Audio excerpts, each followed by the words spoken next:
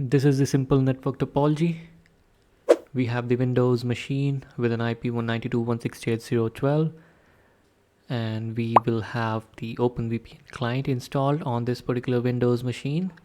That will initiate the OpenVPN connection. We will connect to the PfSense Firewall on port WAN1 with an IP 192.168.0.109. Once the OpenVPN tunnel is established, which is going to be the SSL tunnel, the client, which is the Windows machine, will access the PfSense Firewall WAN2 14.140.40.109.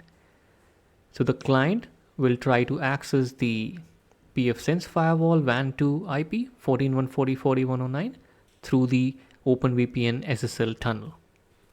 And rest of the traffic from the Windows machine will go to the internet.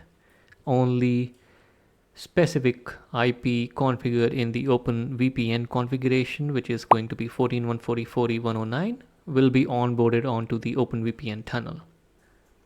Basically, the split tunneling will be achieved here in my scenario. I have taken the OpenVPN IP pool as 20.20.20/24. This is the IP pool that will be used for assigning the IP address to the client machine that connects to the PfSense firewall. The first IP in the pool will be used for the OpenVPN tunnel that will be created on the PfSense firewall. I'll share the link for the diagram in the description for your reference. Now let's try to move on to the configuration on the PfSense firewall.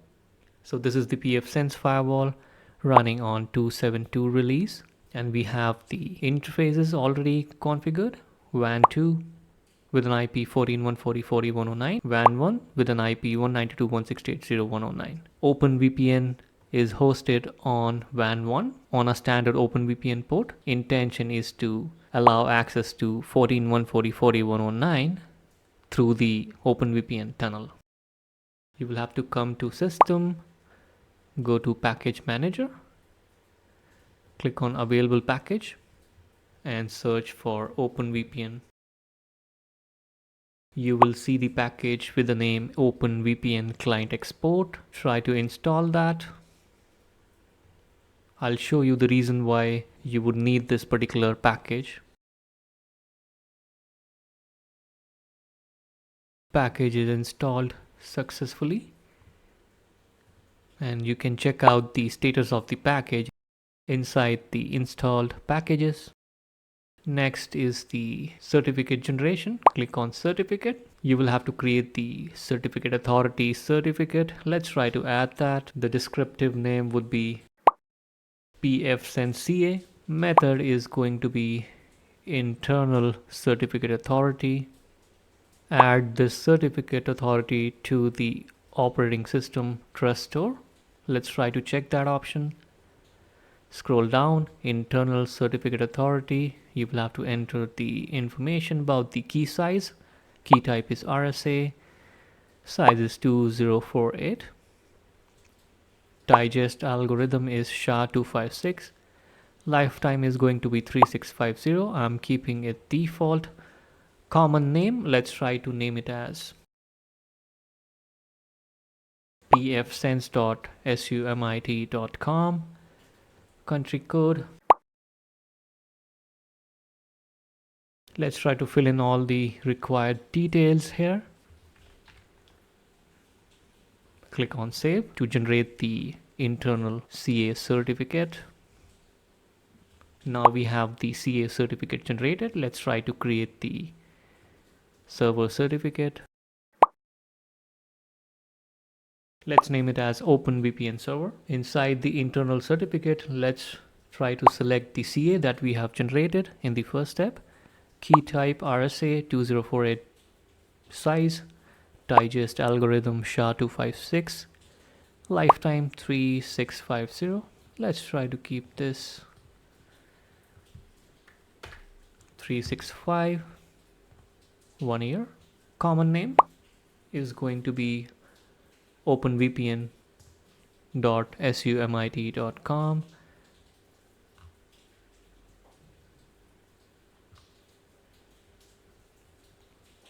Here is the certificate attributes.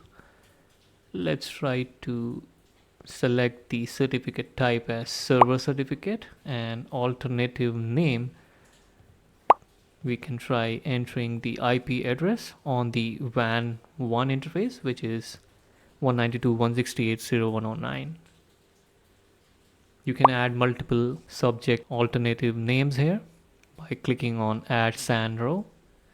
In my case, I can make this configuration work with the common name and with the IP address. Let's try to save this configuration. Configuration is saved. We have the CA certificate created and we have the internal certificate created with the help of the CA certificate. You can see the issuer name here and the certificate information. Next step is to create the user for the user authentication. When somebody tries to connect from the client machine, click on user manager, click on add.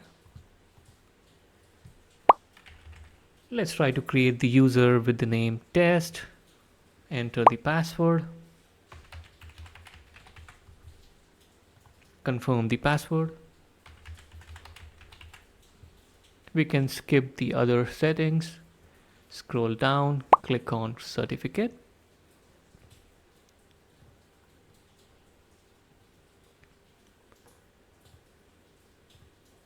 And inside the certificate authority, you can select the same CA certificate. This is going to be the certificate for the user, which is test. RSA 2048-256, lifetime 365. Let's try to save this. So now we have the user created, test, and we have the user certificate generated as well. You can check out the status of the certificate inside the certificates.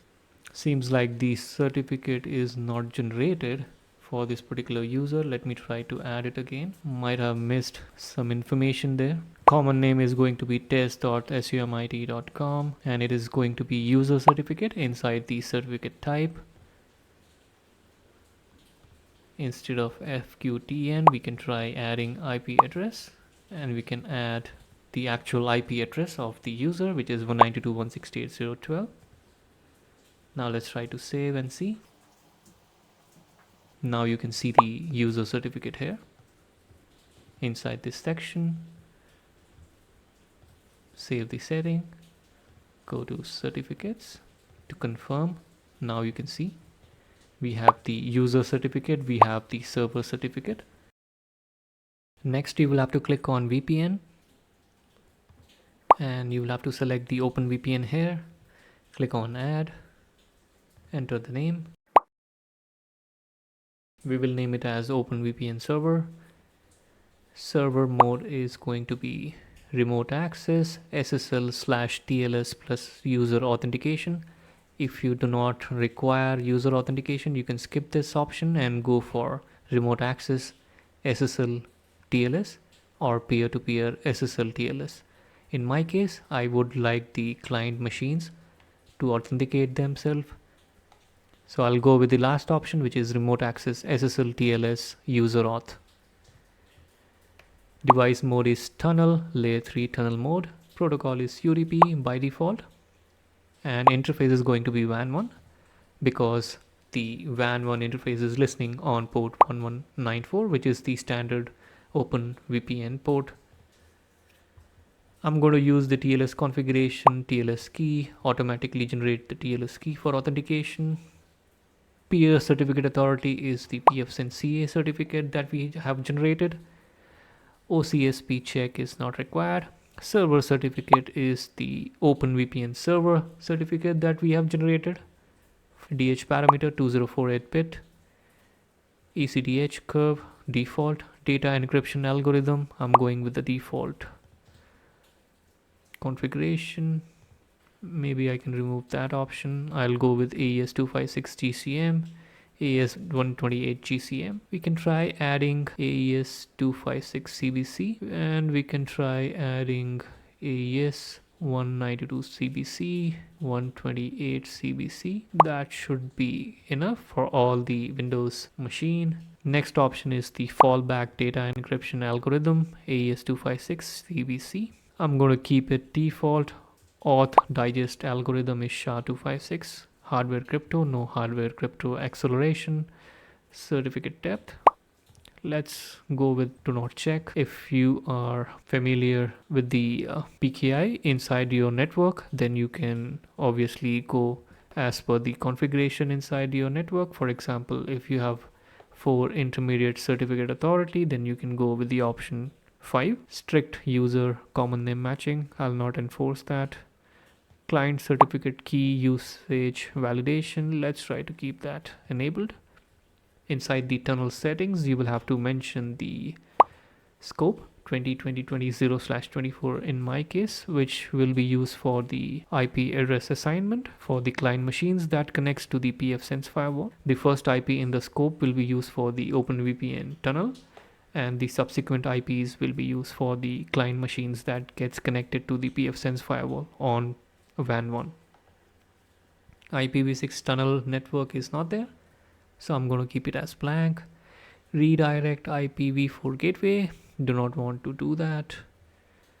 Inside the IPv4 local networks, you will have to specify the network that you're trying to access through the OpenVPN tunnel. In my case, it is going to be 14.140.40.109, which is the IP address configured on WAN 2, and this particular IP address is used for the management of the PfSense firewall. IPv6 local networks, I do not have any, so I'm going to keep it as blank. Concurrent connection, if you wish, you can update the number here. Allow compression, I'm going with the default settings. Coming down to client settings, dynamic, well, we can have this particular checked. Allow connected client to retain their connection if their IP address changes. Settings for the ping for the liveliness check. If you wish to enforce the DNS settings, you can click on this and then provide the DNS default domain or DNS server enable. I do not wish to do that. I want the client machine to use their local DNS. And the gateway creation, I'll go with the IPv4 only since I do not have IPv6 configuration. Configuration looks okay. Now let's try to save the configuration. Configuration is saved. Now if you click on the client export, you will see the remote access server. You can select the one that we have created here inside the server, and if you scroll down, you will see the option to download the OpenVPN client application as well as the configuration file. This particular option, client export, is only available if you have the package installed that we have done in the first step. So if you go to the package manager, installed package, well, this is the package that allows you to export the OpenVPN application along with the configuration. Next, we will try to configure the rule on the firewall on WAN 1 to allow the OpenVPN traffic on WAN 1 port. Action is going to be pass WAN 1 UDP.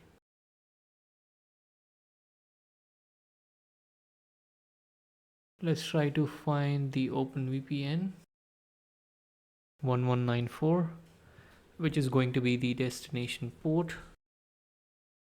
So now we have created the rule which states that the UDP traffic on port 1194 on WAN 1 is allowed. Apply the changes. You will have to create a rule on OpenVPN tunnel to allow the traffic for the WAN 2 IP 14.140.40.109.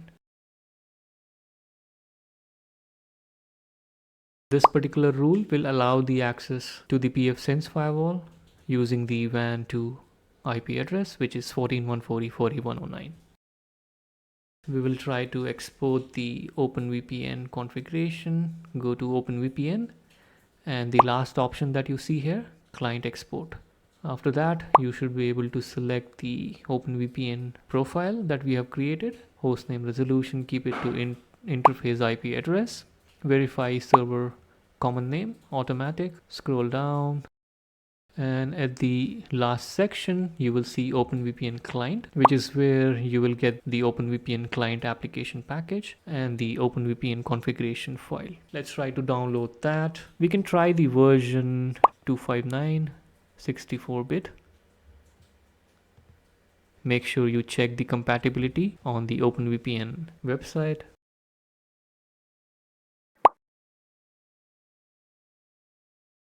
Before that, try to download the certificate, the CA certificate.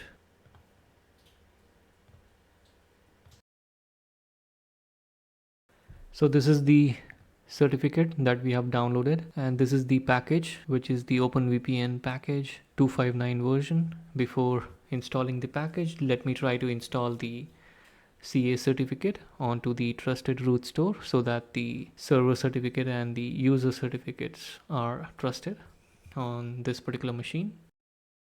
So this is the place where we'll place the certificate. Import is successful, and this is the CA certificate, pfsense.summit.com. If you check the status here inside the certification path, you will see that this certificate is okay. We'll try to download the OpenVPN configuration from the OpenVPN client export. Scroll down. You will see the option for configuration file only. Let's try to download this configuration file. I have to transfer these 3 files. This is the client machine. I'll quickly show you the IP address configured on the client machine. So this is having an IP 192.168.0.12, and the DNS server here is 8.8.8.8. This is the Windows 10 machine. Let's try to copy the files.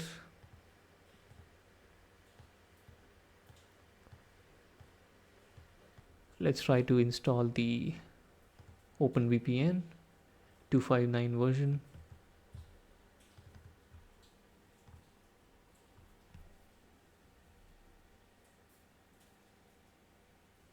Installation is completed.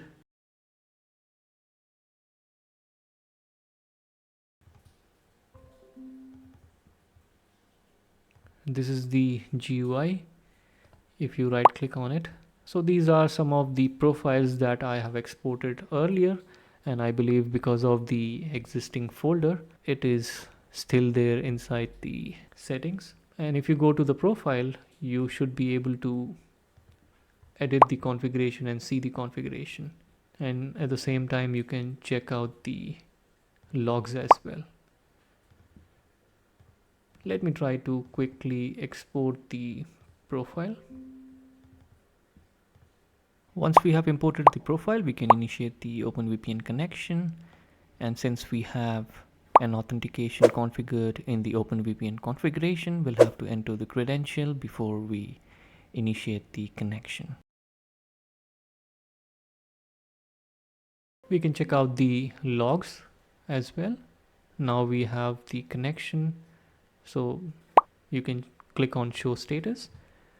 The current state shows connected, and you can see here bytes in, bytes out, assigned IP address 202022, which is the IP address from the scope from the pool that we have configured. Other details also you can see, for example, the logs that I was talking about, view logs. You can go through the logs along with the timestamp to understand the steps involved in the establishment of the SSL tunnel and the authentication. The logs for OpenVPN is written onto this particular file, openvpn.log. You can tail that and get the information. Let me quickly try to initiate some traffic so that you can see the logs that we can get.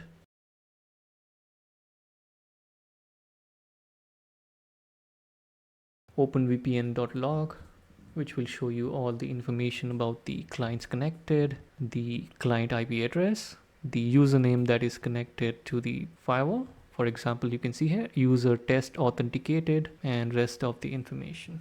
You can also take a capture on the OpenVPN tunnel interface. So if you see here, you will see the OpenVPN tunnel here, OVPN S1. This is the tunnel name. So we can take a TCP dump on this particular tunnel to capture the network traffic.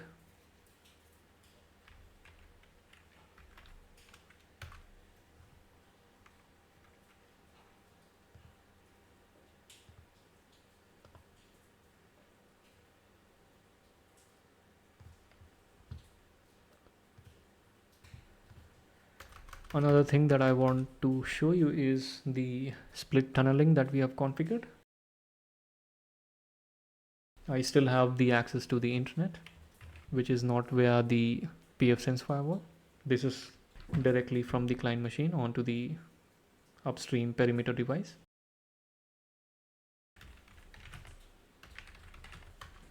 So this is the routing table. If you see the routing table, you will see that there is a route injected 14.140.4109 20.20.20.1, which is the tunnel interface on PfSense Firewall, and rest of the traffic is through the upstream perimeter device. I'm taking a capture on the tunnel interface just to show you that everything is working fine.